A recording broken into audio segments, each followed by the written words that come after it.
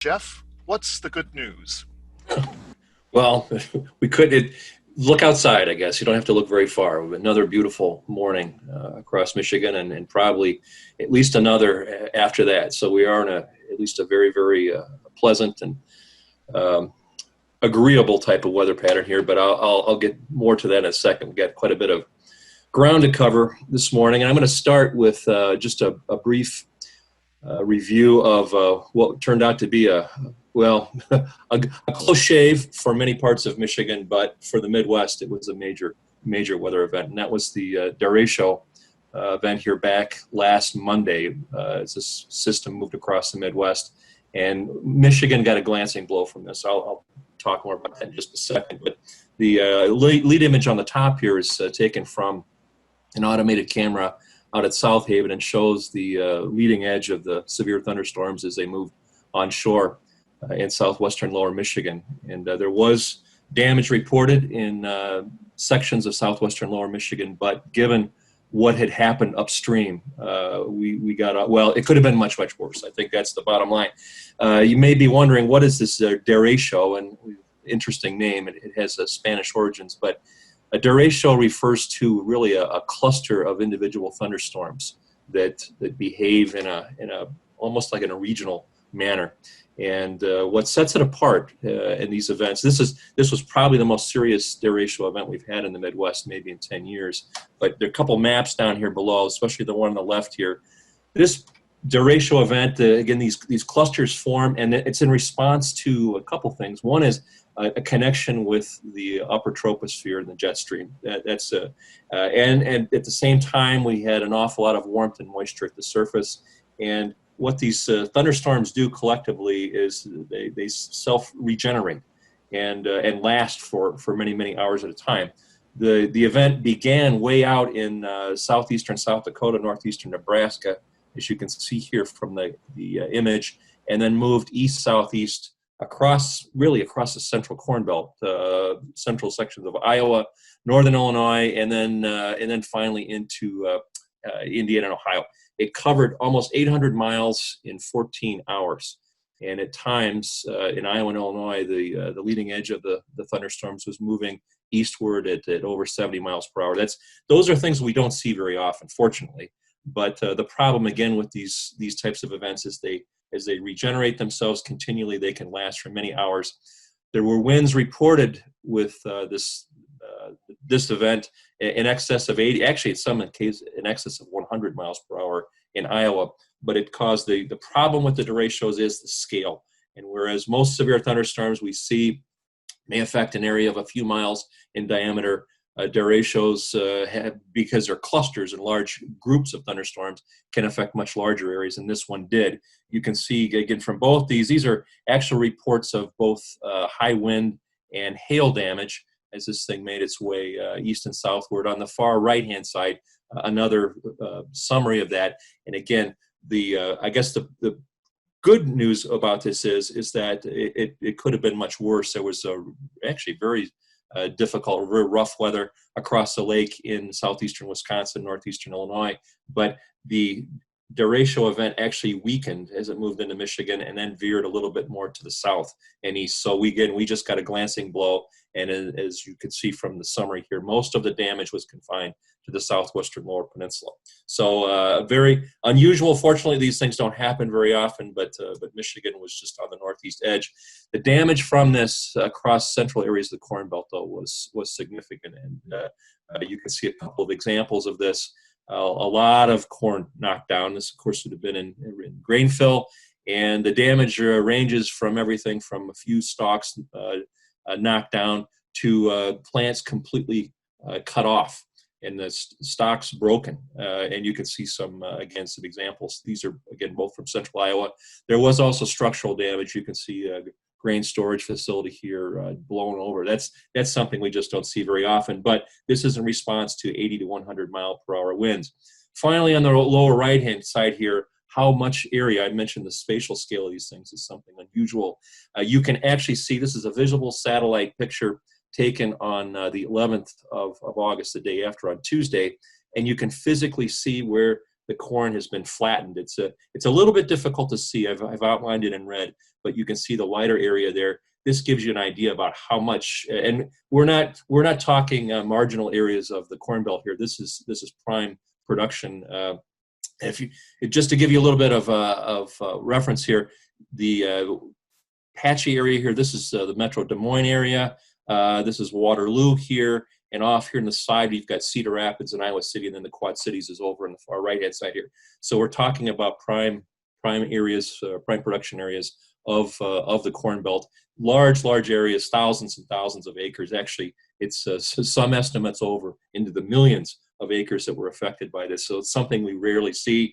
The impact on the market is going to be, our production is still debatable, but it should show up. There are some of these fields are total losses, and depending upon what kind of crop insurance situation, there's going to be a whole lot of records and a lot of work to do trying to estimate how much this is. It'll be coming in here over the next several weeks. So large area of the Corn Belt affected, but fortunately, again, Michigan was just on the northeastern fringe.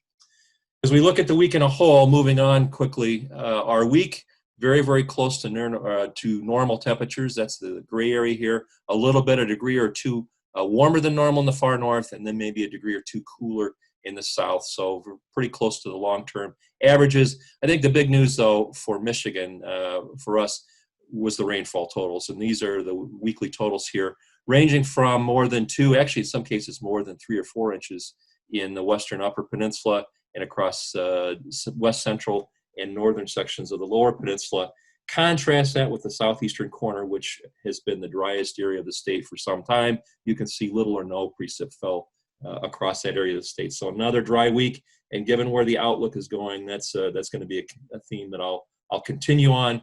Our degree day totals for seasonal totals here, beginning May 1 as of the 11th, still ahead of normal, generally 50 to 150 base 50 units ahead of normal. So we're still several days to more than a calendar week ahead of the long-term climate normals.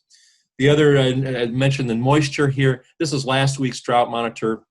There were no changes last week from the previous week. Still about 54% of the state classified in either abnormally dry or in the D1 moderate drought category, which is the same as the previous week. Given no rain or no precipitation over the last week, and certainly the likelihood of more dry weather, we're going to probably, unfortunately, see some expansion or changes in this in today's issuance, and then probably maybe even beyond that for the next couple of weeks. So don't be surprised if you see a little bit of expansion in that area impacted. In our forecast here, for most of the state, we're looking at another beautiful day, and actually 2 more beautiful days, including tomorrow. The exception would be up in the far northern part of the state, the Upper Peninsula. We've got a warm front here this morning that's close enough. There's an upper air disturbance here, and that's setting off some showers across, again, western upper Michigan.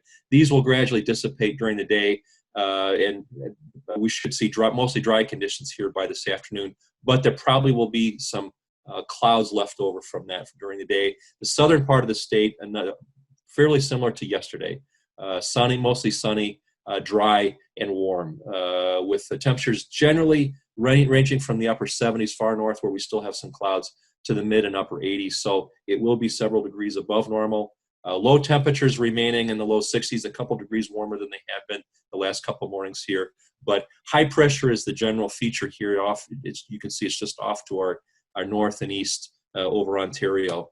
And that will remain the case tomorrow. This is tomorrow at 8 o'clock in the morning. The next weather system approaching here from the northern plains as a cold front, and that makes its way towards the state by Saturday. Here you can see the map here. So after today, after this morning, the next chance for any significant rainfall, there's actually 2 systems of note. One to our west and north, as you can see here, making it into the Upper Peninsula during the day on Saturday. Most of the state will see that cold front move through overnight, Saturday, Sunday, into Sunday morning. That's, for most of the state, that is the next best chance.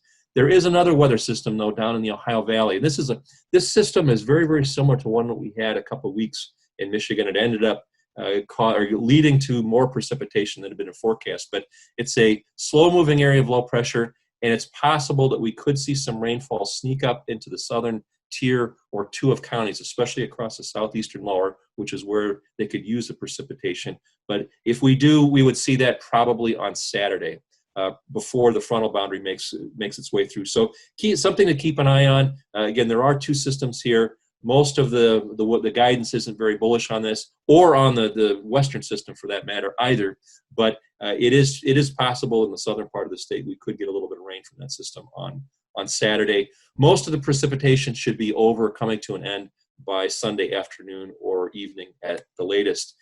Even with those two systems, rainfall totals here for the next week are expected to be on the light side with relatively low spatial coverage. Much of the state less than 1/4 of an inch, a little bit better than that in the northern part of the state, but it is looking to be yet another dry week. And given that the southeast, we didn't have rain last week, that is an issue with the longer term dryness. Potential evapotranspiration rates a little bit above normal in most areas for the week here, between 1.1 and 1.25 inches for the entire week, which translates to about 1,600s to 1,800s per day.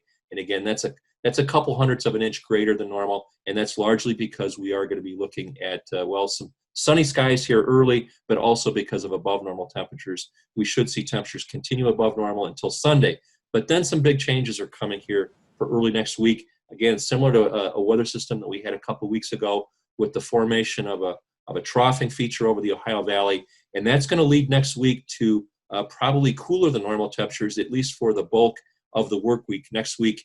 But it'll also be dry because moisture will be cut off to this particular system. So after warm and dry late this week, and then the chance for precipitation, cooler and drier than normal, looks like it will be the rule for most of next week. In our medium range forecast guidance, the 6 to 10 day actually picks up on that feature. The upper air pattern here for the 18th through the 22nd, you can see this big trough here. And again, we saw this a couple of weeks ago, and it turned out to be cooler than had been projected, but you can see a large area of cooler than normal weather across the center of the country, northward into Michigan and the Great Lakes region for that period. Most of this, again, would be on the Monday through Friday type time frame next week. The other major story here, I think, or theme in the forecast is with this type of pattern, it's very likely that we will see drier than normal conditions, fewer than normal weather systems, and very little availability of moisture. So that's something we'll have to keep an eye on here for the medium and maybe longer term. In the 8 to 14 day outlook, you can see that trough flattens out a little bit, and as that does so, we should see a return by next weekend, not this weekend, but the one following that. We should see a return to above normal temperatures, but unfortunately still drier than normal conditions are also projected with that. So some changes, but it really looks, most of this forecast guidance now is pointing in the drier than normal category for at least the next 2 weeks, probably through a lot of the rest of the remainder of August. So summarizing here, except for the Upper Peninsula here this morning, most of the state will be looking at another beautiful day, and tomorrow as well. The next chances for rain mostly on Saturday, continuing into Sunday. It is not expected to be a widespread or a heavy event. Most areas less than 1/4 of an inch for the entire event. And our temperatures falling from above normal levels here over the next several days back down to below normal levels for next week. But drier than normal is again one of the themes the medium range is really focusing on now. So with that, I'll move on with a reminder for next week. On the 20th of August, our next speaker, Dr. Alex Schaefer, and his topic is going to be grain marketing. So join us next week for Thursday's virtual breakfast. And also another reminder, the day before that, next Wednesday, the 19th, there will be a virtual field day on dry beans and sugar beets. We hope you can join this. That again, 7 to 9 a.m. next Wednesday. So that's the day before our virtual breakfast. And for further information and for registration, you can see the link down here below, the virtual field days /register. So please join us for that as well. And with that, I'll turn it back over here to Phil.